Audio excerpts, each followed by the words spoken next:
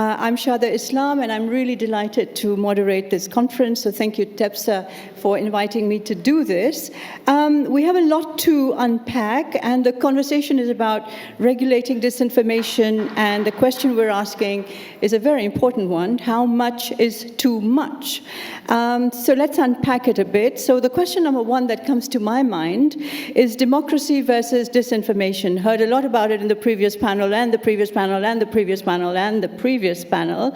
But obviously the question is, liberal democracies face growing pressure to regulate disinformation. But are we striking the right balance? And is our truth being threatened? Is the free speech being threatened by all of this? So that's question number one. Second question, regulation versus free expression.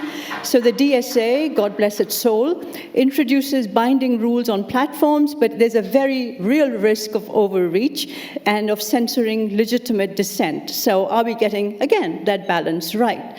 Number three, disinformation, and the point was made by Alvaro, thank you for that, is not just foreign, it's also domestic. So are we focusing enough on that?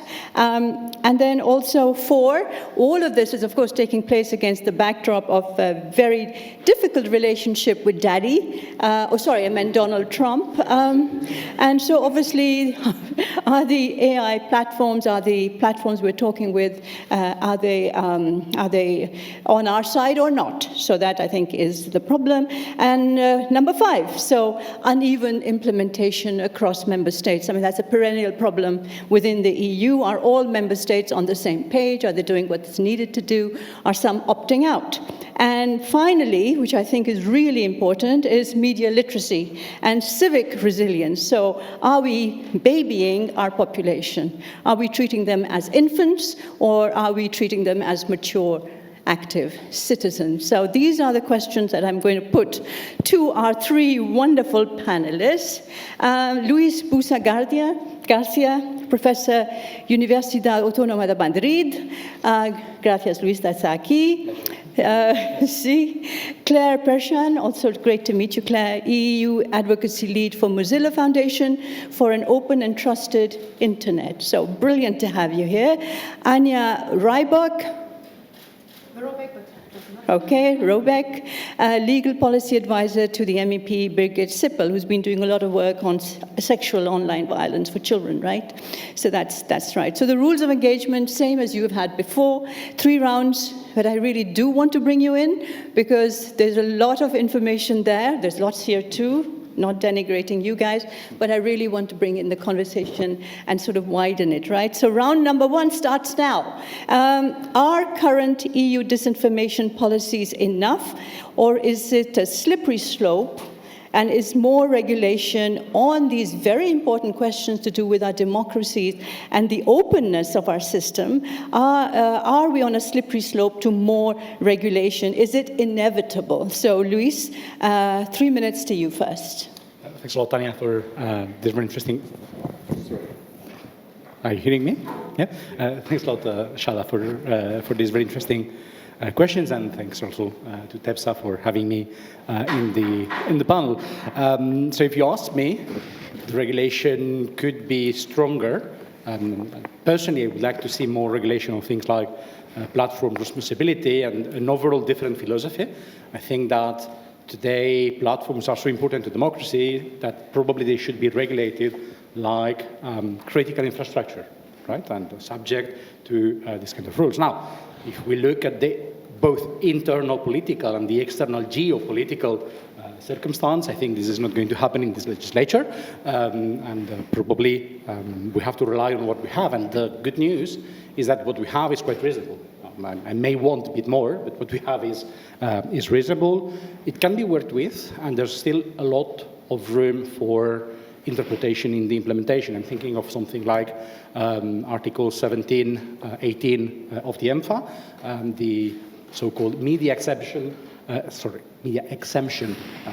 platform moderation, because this is actually a tool where you can build an alternative space within platforms themselves, right? So you would be, in a sense, providing a space for quality information within platforms. So this is the proof that European regulation is able to subject platforms to rules. But you were asking not specifically, or not only on regulation, on policy. And I think also what is very important is that regulation is accompanied by policies, that in a certain sense, I feel in the public discourse, a certain narrative saying, we have the tools, regulation is sufficient, now it is time for implementation. Yes, but nothing prevents member states to keep doing policy, supporting free media, fostering media alphabetization, and so on, right? So to me, the point is, yes, we have to implement, but this is not the end of it. Now, it is also time for public policies.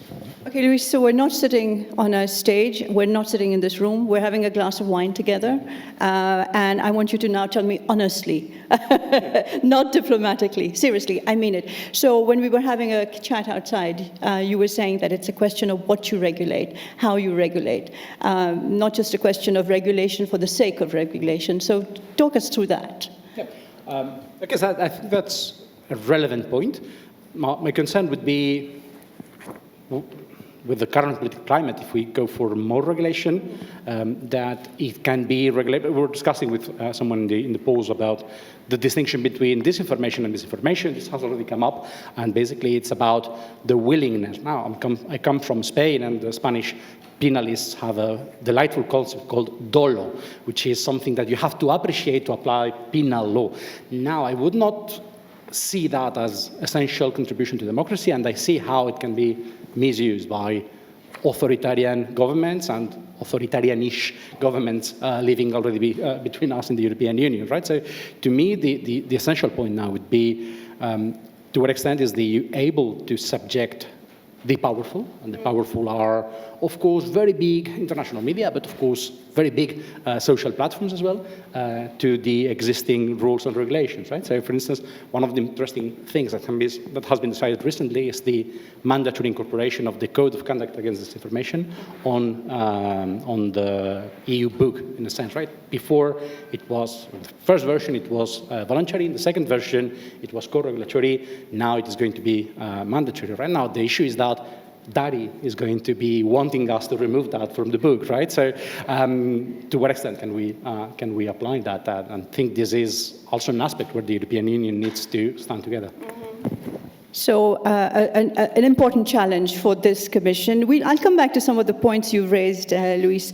Let me go to Claire, and the same question to you, Claire, is are the current EU disinformation policies enough, or are we on the way to more regulation, and is that inevitable, and would you be in favor if it were?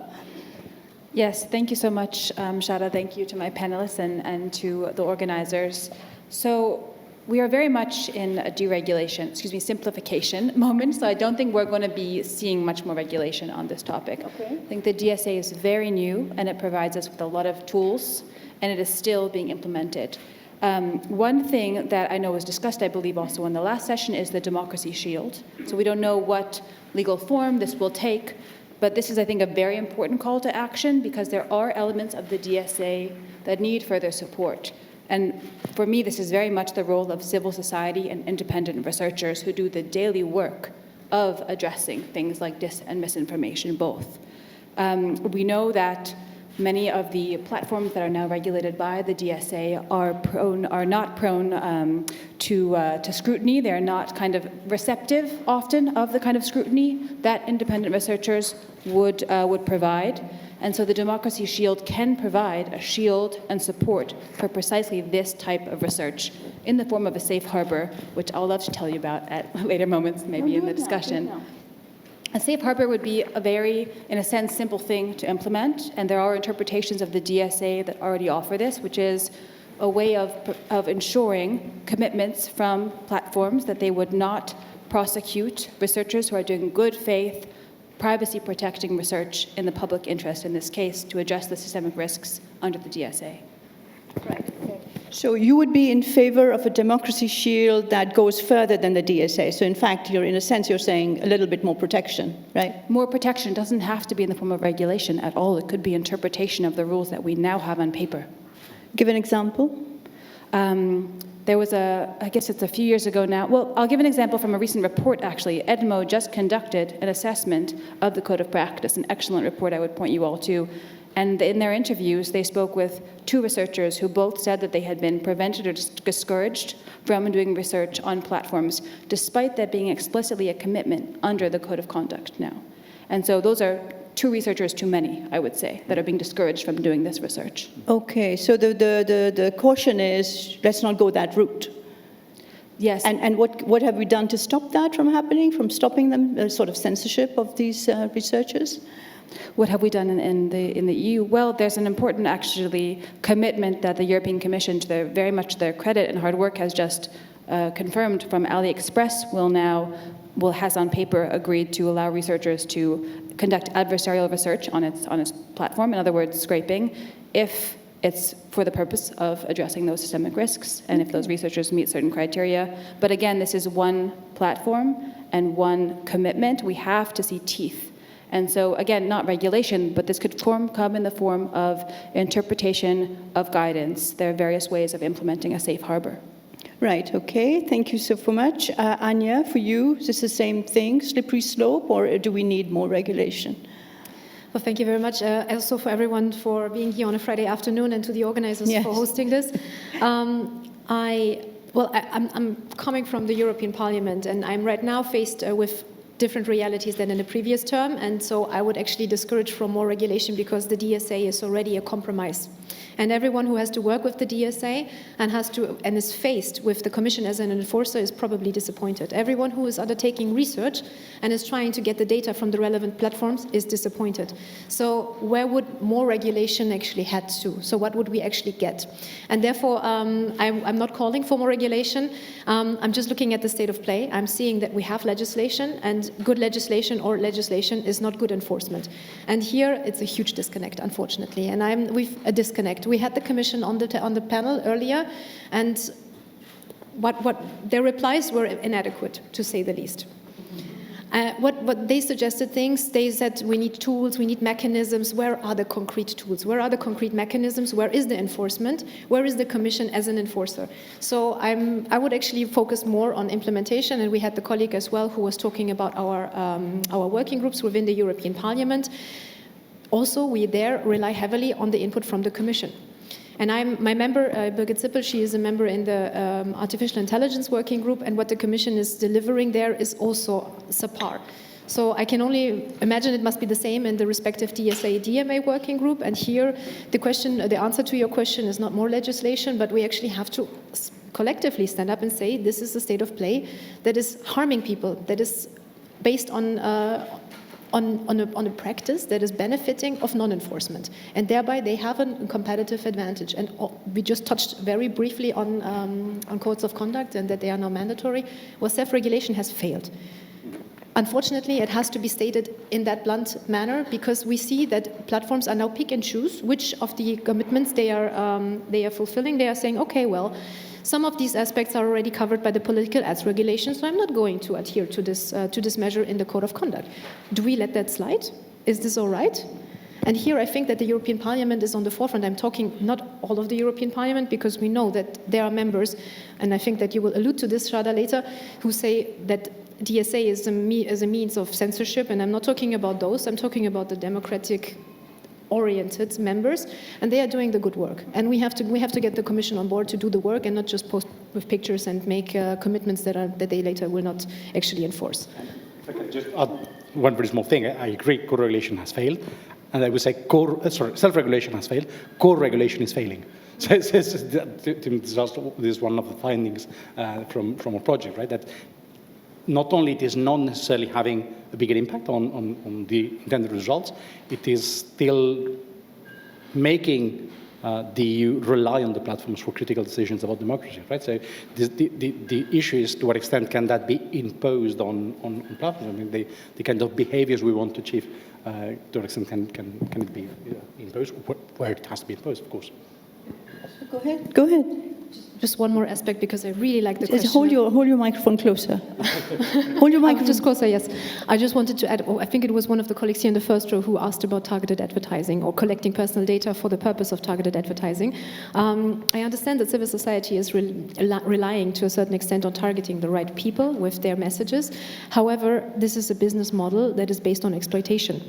And at the moment, if there was a possibility to suggest new legislation, it would be to ban targeted advertising or collecting personal data for the purpose of targeted advertisement, because it is simply a business model that is exploiting attention, creates a lock-in effect, and is causing all sorts of harm based on a recommender algorithm that is harming children, minors, into all sorts of things. This is where my member is, obviously, which you mentioned earlier, has the competence in. And if I can ask for regulation, it would be on that. Is there anyone still here from the European Commission who would like to come into this conversation? Very happy to give you the floor. Sorry? I was offering them a chair. No, I'm not offering a chair, but I'm now offering the right of response. The elephant not in the room. The elephant has left the room, as is often the case when conversations get really, really spicy. Thank you for that. Anyone else wants to come in at this point? Because I think the point that Anya and Luis and Claire are making are very, very important. So if you have any insights that you can offer from your perspective, please do so now. I'm not going to wait till the last minute. Yes, please. Short and sweet, hopefully. Yeah, definitely. Thank you. And thank you very much, actually, for putting the emphasis, not on the regulation, but enforcement, and just not to having one whipping boy, but multiple here. Don't talk only about the Commission, but talk also about the member states, because I'm coming from Czech Republic, and even though the law was proposed, let's say almost 10 months ago, Czech Parliament didn't yet approve this national regulator for DSA. Then obviously, if you don't have the office who should assist with the implementation, you cannot implement anything. Thank you very much. Alvaro, por favor. Thanks a lot. I wanted to actually ask a question to Anya, also in response to targeted advertising, because I know that the European Parliament actually considered banning targeted advertisement during the discussion of the DSA, and I was wondering whether you could also talk a little bit about the lobbying of big tech companies in Brussels that I think are a big part of the story of why the DSA is what it is and the co-regulation and so on. Thanks. Please. Yeah, there are facts and figures which I don't have in my mind at heart, but I think it's in the millions which big tech invested into diluting the DSA and taking advantage of the fact that it should have been concluded under the French presidency back in 2022. It is already fairly an old law when you compare it to the AI Act or the European Media Freedom Act, and the lobby efforts were tremendous. And what we have in the end achieved, it started with this very noble idea. We want to ban targeted advertising in a tool that was designed as platform regulation. So the DSA is actually platform regulation, if you look at it at its core. And there, the colleagues who worked on it had this very nice idea that if you present ads and it's but you must have now positive knowledge that it's a minor, you can no longer target them with that. What originally started as a ban through the back door was diluted thanks or because of lobby efforts. And I can speak on behalf of my group, of the Socialists and Democrats group. We have several position papers where we are actually claiming, or we are requesting the Commission to come up with a legislative proposal to ban targeted ads, because we recognize that danger. So if it was up to us, yes, please. Not tomorrow, now.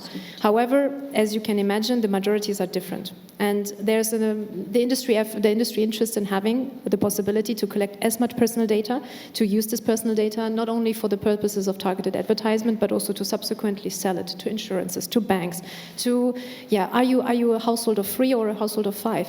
This is unimaginable. Therefore, there is quite a lot of lobby interests in not having something regulated there. Thank you for that information. Please, Claire.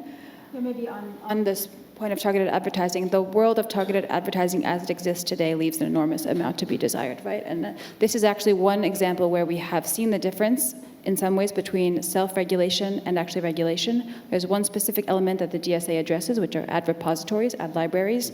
This is something that used to be a voluntary tool that some platforms would put out, and the DSA mandated it. It is now Article 39, it is required, and they exist, and they are also imperfect, right? But because they're in the legislation, they're there.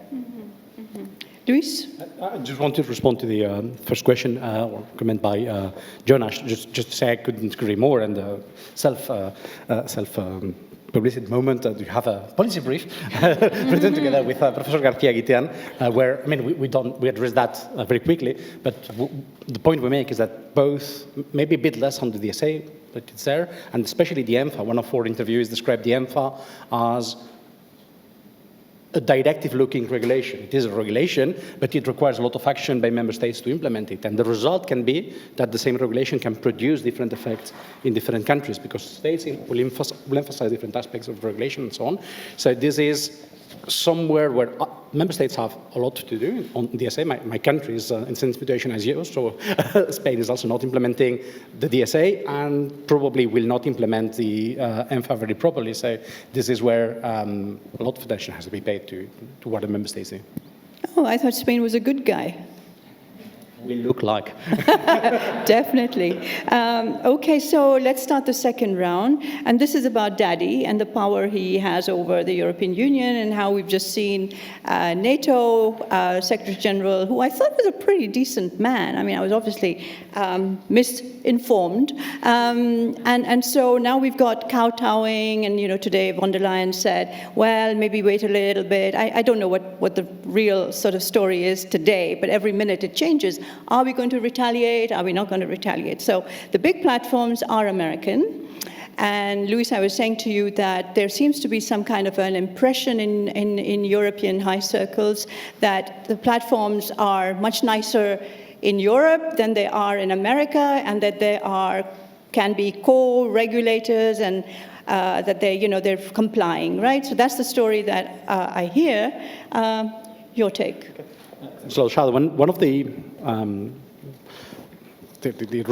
research we are doing with Alvar and other colleagues in Work Package 7 is basically trying to trace the process of regulation and co-regulation, right? And actually, the main argument we want to make is that the EU has not done this regulation as an imposition of the platforms. Actually, it was the platforms themselves who asked to be regulated and to become co-regulators since 2016. And this is something that comes from the US, and it comes from Mark Zuckerberg's appearance in the Congress, where basically they need to do something, and platforms have been requesting this regulation. Now, of course, they have done that and trying to cooperate on their own ground, right? So this is the point. Now, of course, we need to consider the geopolitical situation, and also to connect with the previous panel, we need to keep something that is important in Europe, and Europe is all about foreign interference, right? And hello to any Greek friends in the room. The point is that foreign interference in Europe needs to stand by rules, right? And this is what we learned from the Euro crisis and so on. So the issue is that we have to avoid malign foreign interference. Maybe we also have to start thinking about interfering a bit more in US affairs and standing for democracy at the world level. But well, that's the next step. Now, my real point here is that regulation cannot answer all.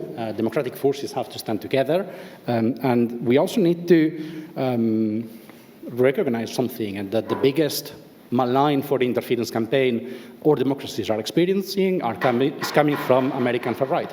I mean, we have had the Vice President of the United States lecturing us in our own territory about freedom of expression, and this is malign for the interference, and I think we need to stand by that. Now, pay attention, I'm not saying it is the only form. Of course, I am all aware of the Russian interest in very specific countries of the European Union, all in general support for rights coming from Russia. But my point today is that foreign interference is a combination of different narratives coming from different parts, and also mixing with internal rules that are not well applied, right? So this is what makes things so complex, and why adequate implementation is so important. So to me, the entire point is that we need to make platforms comply precisely. I mean, not because they are American, but because they are powerful.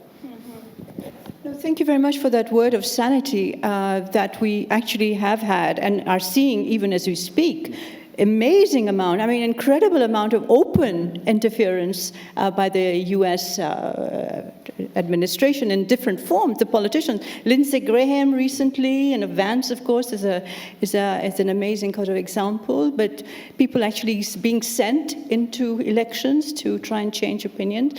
Thank you for that's why we need academics on our side as well when we talk about this. For now, turning to you, Claire, so the democracy shield, should we be treating the US as a authoritarian threat as well? Well, not specific to the democracy shield, but I would certainly say that the DSA did not come a moment too soon. We saw the posture of the regulated VLOPs change overnight, and the DSA has provided somewhat of a bulwark against some of the biggest changes, whether it relates to fact checkers or some of the data sharing, the content moderation rules that are still being enforced to some degree here. The US does not have that, and we are seeing very starkly the difference. I think there's also a very real question of if enforcement decisions do not come soon against clear violations, how seriously will those companies take the rules? And that could apply to any piece of regulation. So you, Anya, is this the same question, really? I mean, is the cat out of the box now? Because the cat is so sort of, I was going to say, ferocious, right? So I think that, yeah, very good point. The DSA is definitely not too late, not too early. It was right on time. And what we are dealing with is actually platforms with political agency. So they abuse a private position that they hold in society. And as you earlier said, social media or these kind of platforms that shape our interaction with friends, family, should be regarded not only as a critical infrastructure, but as a public good. And if this was actually a public good, would we allow this? Would we allow for something like this to happen, that our children are being driven into all sorts of harm, that our discourse is shaped by opaque algorithms? No, we would probably not. And here, I am unfortunately not very hopeful that we will come up with a Eurostack or something of an European alternative very, very soon, but this is the next challenge that we are standing up, and we see certain member states, certain in Germany Länder, that are fighting against the hyperscalers, I will call them, and create some sort of sovereignty, because this is also like a bit interlinked. It's not only that we are talking, now we have shifted away a bit from the question of disinformation, but these platforms hold power not because they offer a social network. They offer us a space for hate and for a spread of disinformation. And therefore, if we take a little bit away from them, piece by piece, and come up with European alternatives, then we can actually discuss a broader picture of this. No, I would just agree. I think what the DSA does very much is try to clean up some of the mess that exists, but what about starting fresh and creating real alternatives? I agree with the both of you. I just wanted to add maybe a sort of third alternative, which is, because I started the point with foreign interference not necessarily being unacceptable and malign. My point is not necessarily that Mr. Musk has no right to interfere in politics. I have a very realist view of lobbying and influence in the European Union. My point is that if social media have an editorial line, I think they should be entitled to, but then they should comply with the same rules as other organizations having editorial lines, right? I mean, my point is that you can play this game, but then you have to be subject to the entire rule of book, right? Which is, if you have an editorial line, you are a media, and then you have responsibility over content. The point is not, what is totally unacceptable is that I play games with politics, I interfere with the German or whatever election, but then I am just like the Public Library of New York, and if you find a copy of a book you don't like, don't sue me, you sue the guy who wrote it. No, I mean, you are promoting this content, right? So either you play one game or the other, but what is totally unsustainable is that you are doing both things at the same time. Right. Anyone want to contribute to this conversation at this point? Yes, please.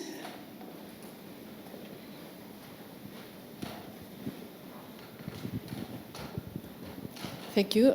Just 2 points about this democracy shield, because we are working about this also in these deliverables of our Reclaim project. And one is related to the role of the United States. It's very interesting that in the report made by the Parliament that we are working with for the moment, because supposedly this is going to be more advanced, is very interesting because there is a reference to the recent victory of Trump and how this is going to change a little bit. This approach that was based in all these I would say, 10 years previous to this report on the democracy shield, it was based on this malign influence, and it was written with China and Russia in general. So there is an advancement that, Trump can be a bad influence. And related to the democracy shield, it's not the first time, but it's when they are assuming a different approach to what has been referred to as disinformation, with a specific meaning. And it's the change to information integrity. And this has a lot of normative contents that has not developed yet, but it's very important because it's going to allow the European Union also to regulate more and more, to refer more to the contents that are spread.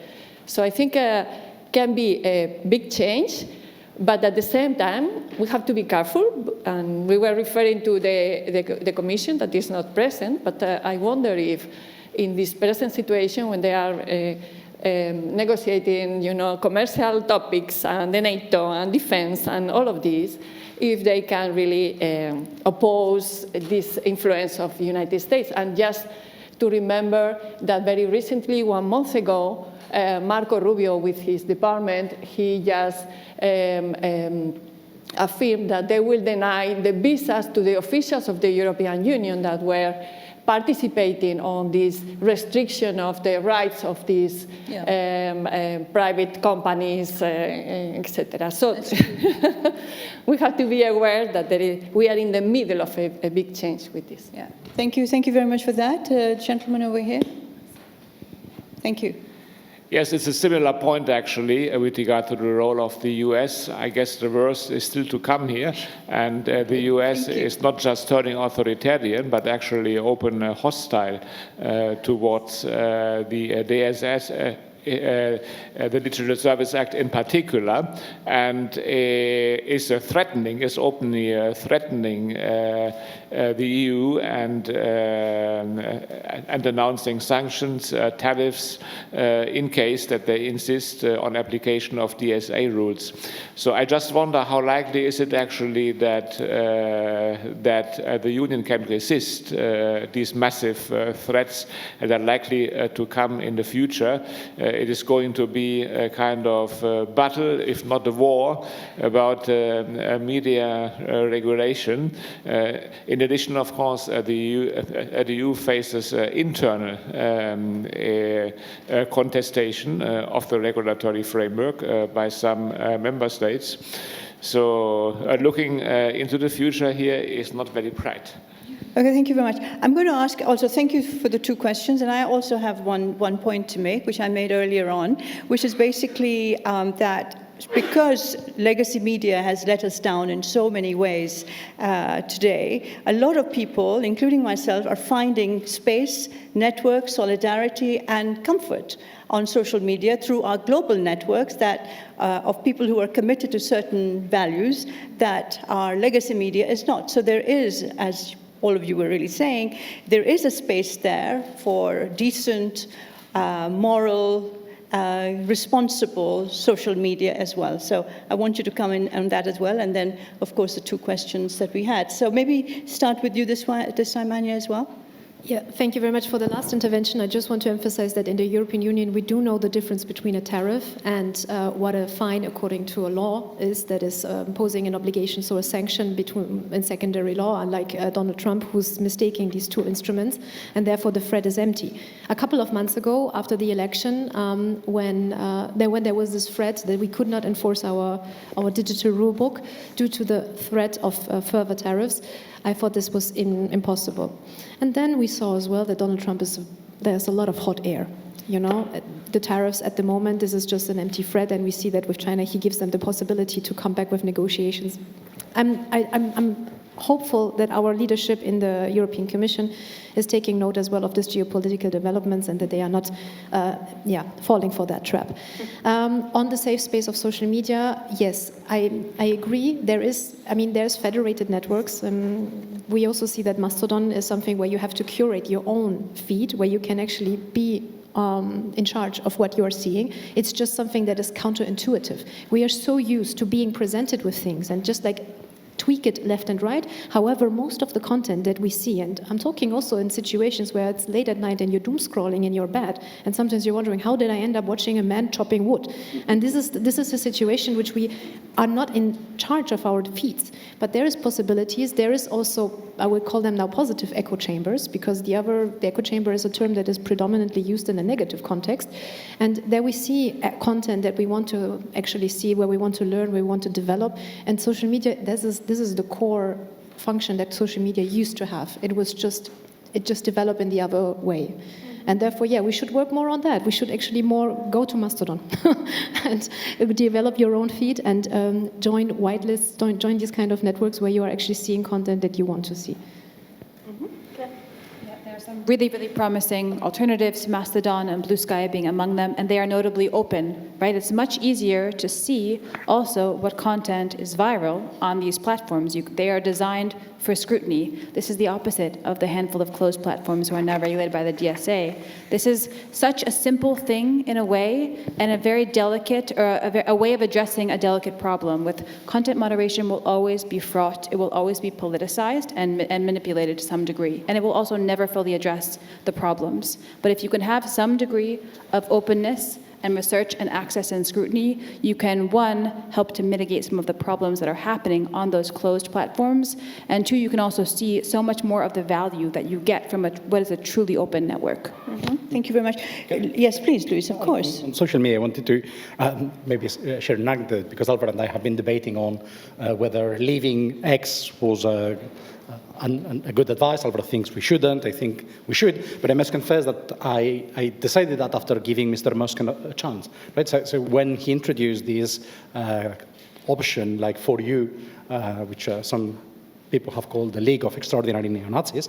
But at the first moment, I say it's a good idea, because I mean, when you only follow the people you like, people you trust, and so on, you build your own echo chamber. So I thought, I'm seeing opinions I disagree with there, but that I'm glad to see now. That turned very fast from, hey, people who don't think like me, but who I like reading, to, well, not exactly chopping wood, but emphasizing women should not vote and things like that, right? So the issue is that last time I went into X, because I didn't close my account, I just didn't use it anymore, but last time I went, this was no longer about far right, it was about people meeting my expectations, right? So my point here is that, and I think that's relevant also in terms of regulation and policy, but maybe I can say a bit more about that later, but that there are many limits on what we can do as users in social platforms, right? That in the end, yes, you can follow the people you like, but there is shadow banning, there is ghosting, and basically you can promote your content as much as you want, but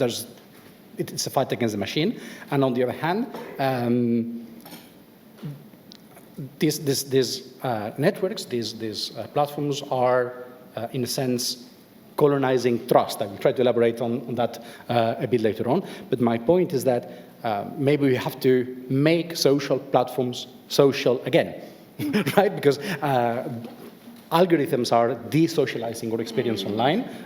We are having this invisible mediator, which is the algorithm, and we think, I know everyone here knows about that, but people may think that what they see is organic, is authentic, and so on, and actually there is something operating to different things. Of course, it's about keeping us engaged, but the algorithm knows that if you're scrolling late at night, it has to promote a different kind of content, that it is midday. If you have previously posted about this conference, then...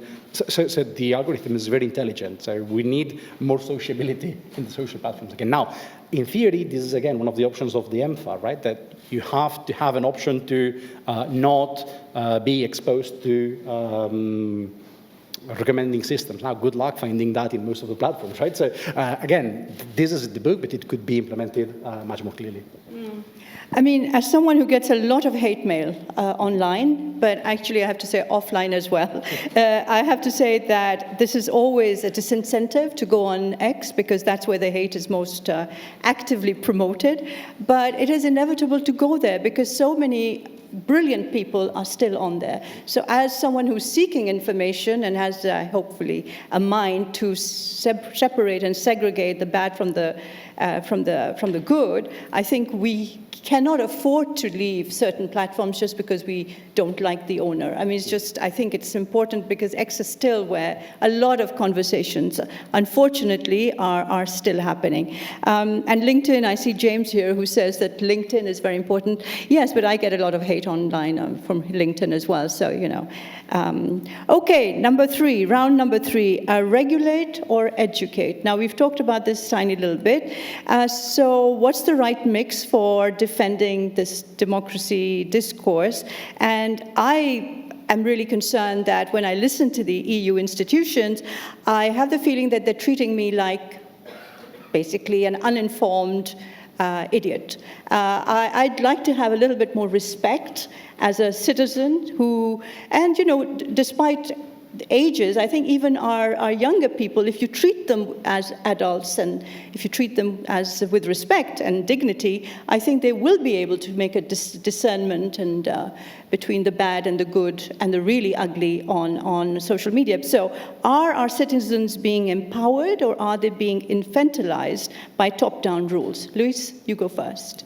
Thanks a lot, Shad. I mean, just to follow a bit on the line you started, I think that comes from a long time, right? The Barroso Commission back in 2013 started with a new narrative for Europe, and we need to tell citizens a new story about Europe. And I always make the same joke that I tell stories to my daughter for bed, right? But citizens need political arguments and not stories, right? But on the other hand, I think I disagree to some extent. Not that I don't feel patronized by the European institutions, but I also feel patronized by my regional president and my president of government. So I think that's a problem in politics. But just more seriously, I think, and this is also what I meant to say before, I think there's also a limit to individual responses, right? And I think that a lot of the EU regulation has been conceived for an ideal citizen. And I look at my colleague Elena Garcia-Guitián, who has written on this topic a lot, a citizen who will inform him or herself, who is aware of the algorithm, who will search information. Now, we all think we are the citizen, but most of us are not this kind of citizens. But it's not a matter of individual virtue, it is a problem of collective action. Echo chambers, following ideological cues, following people you trust is not only comfortable, it is rational. I mean, there's an individual rationality. We are social creatures, and this is why it is so complicated to think that this is my point also about X. It's not about making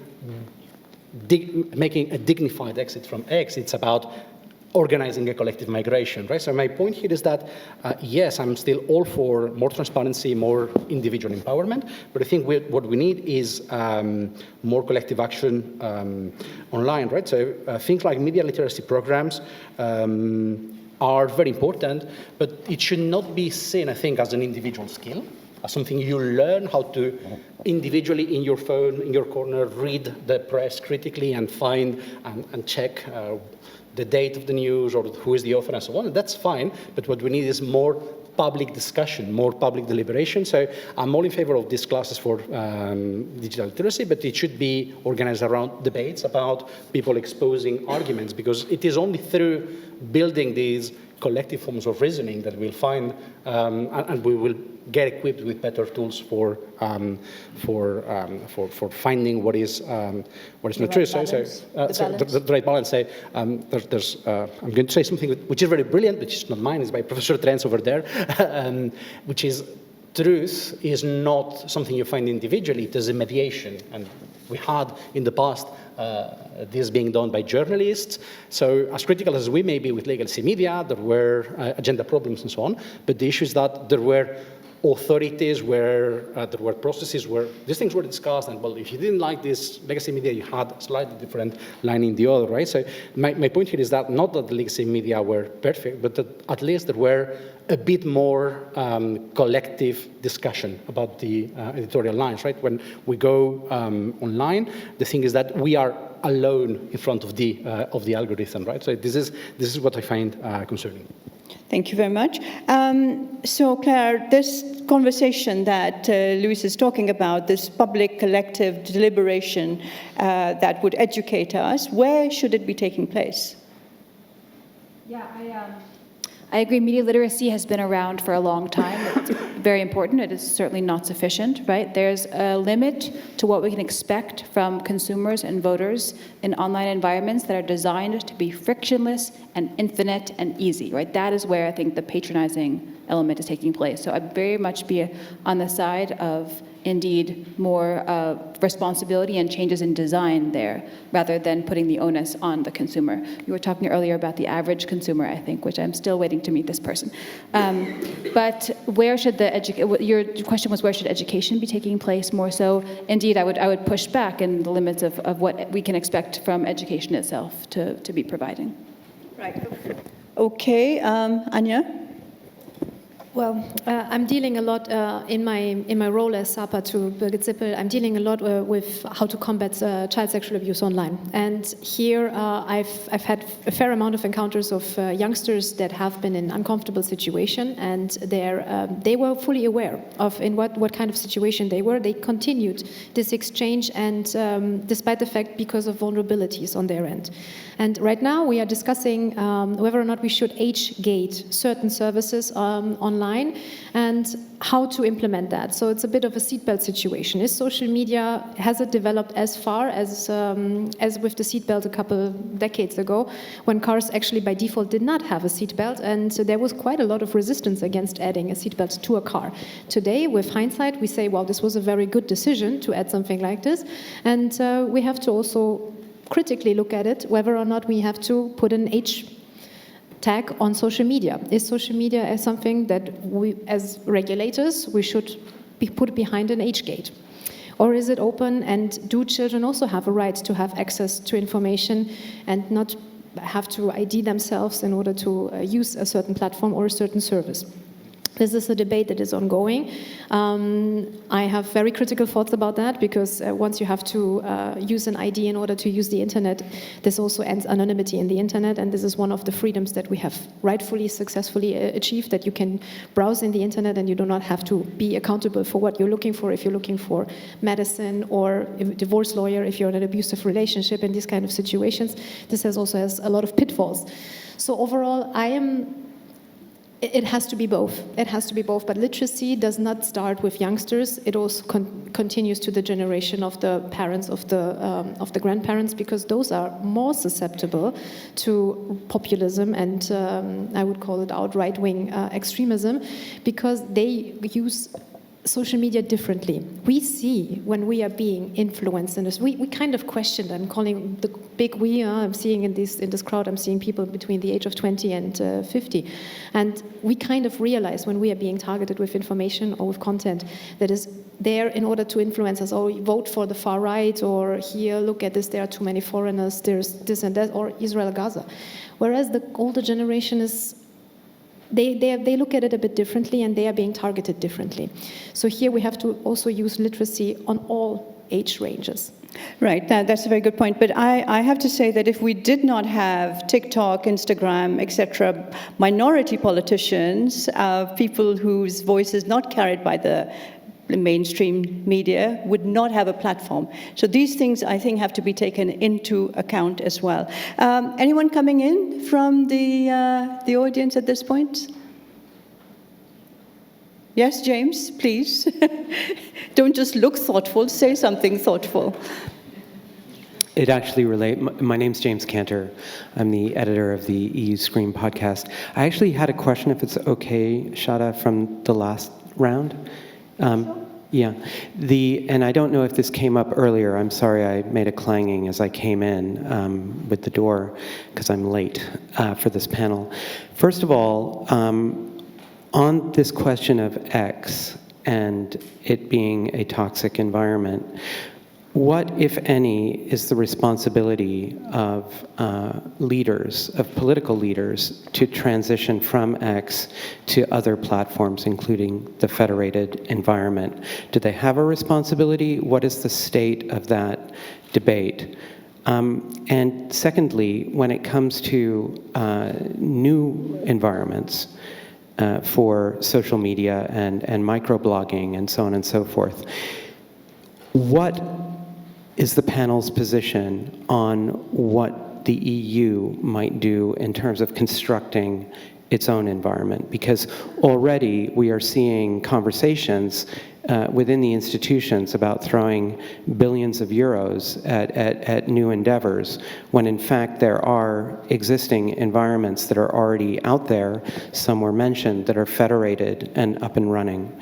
I hope that doesn't repeat what already came up earlier. Thank you very much. No, it's a very important question, and I'm very happy to ask the panel to respond. Yeah, Claire, please go first. Yeah, happy to. I think the question of putting the responsibility on politicians is very interesting. I think they, like us, face a cost of switching, right? A real cost of switching, of losing some of their constituents, like you, Shada, losing your audience also on X.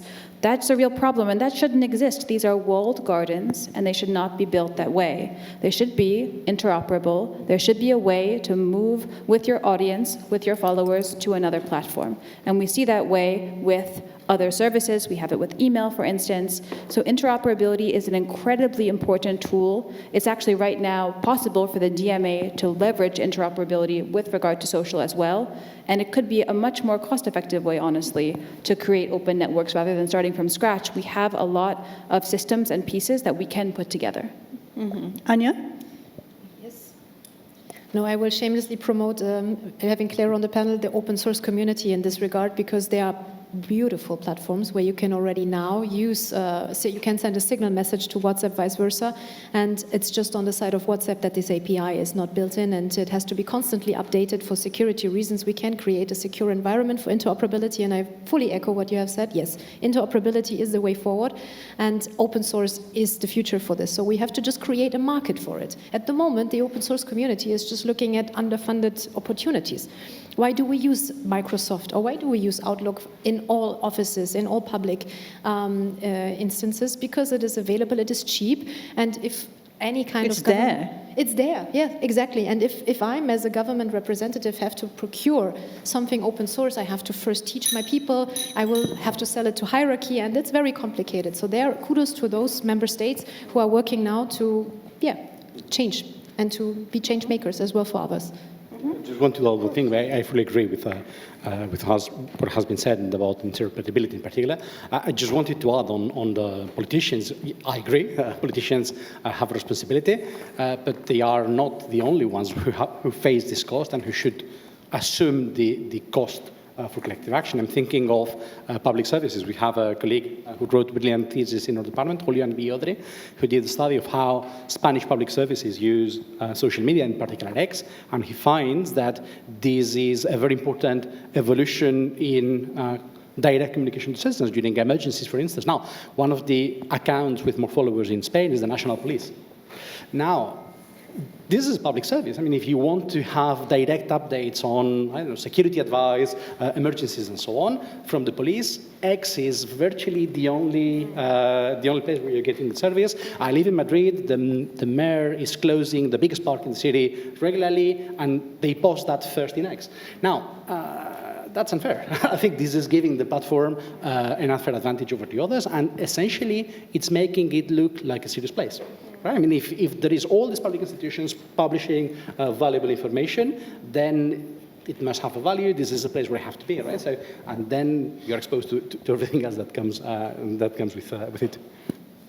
Right, we're coming to the end, and I was going to ask you that one step forward that you think from your vantage point that is necessary to bring some sanity into this rather complicated and complex discussion, but I guess you've actually answered that by talking about interoperability, right? But if there's anything else you want to add, Luis, I'll give you the chance first. Is there anything else you think step forward to? So you have 40 seconds to say that, and everyone else as well. I would say more politics. I'd like to see the EU Council members standing together for free media, for instance, or at least those who believe in it. Then I just want to send a big provocation. I started very diplomatically. You said, Shada, maybe I will end less diplomatically.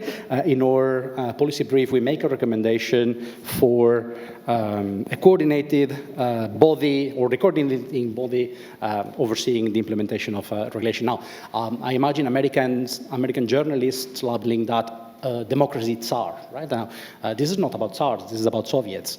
What we need is a council. Soviet in Russian, as you know, means council. We need a council, democratically organized, with a dimension of civil society participation, citizen participation, overseeing the EU democracy strategy. So, for instance, in their policy brief, Saul and the social media councils, that's part of the solution. We need to subject those who are power. Democracy is about subjecting power to rules and to citizen decisions. So this is what we need. We need more democratic oversight over institutions. Of course, the EU Commission has a big role, but we know from the experience of the rule of law agenda that bureaucratic responses are not enough for applying the rule of law. So we need more citizen participation into the implementation of the democratic agenda. Inshallah. Claire.